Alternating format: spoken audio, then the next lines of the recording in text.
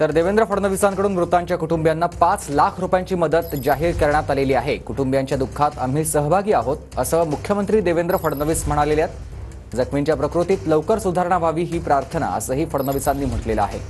फडणवीसांकडून आता मृतांच्या कुटुंबियांना 5 लाख रुपयांची मदत जाहीर करण्यात आलेली आहे। 7 जणांचा आतापर्यंत मृत्यू झाल्याची माहिती समोर आलेली आहे। कुर्ल्यामध्ये बेस्ट बसचा हा अपघात आणि या अपघातामध्ये 7 जणांचा मृत्यू झाला असून 49 जण जखमी आहेत आणि याच्यामध्ये काही पोलिसांचा देखील समावेश आहे। अनेक गाड्यांना देखील या बसनं धडक दिलेली आहे। या अपघातानंतर आता देवेंद्र फडणवीसांनी ही घोषणा केलेली आहे। काय ट्विट केले फडणवीसांनी आपण ग्राफिक्सच्या माध्यमातून बघूयात।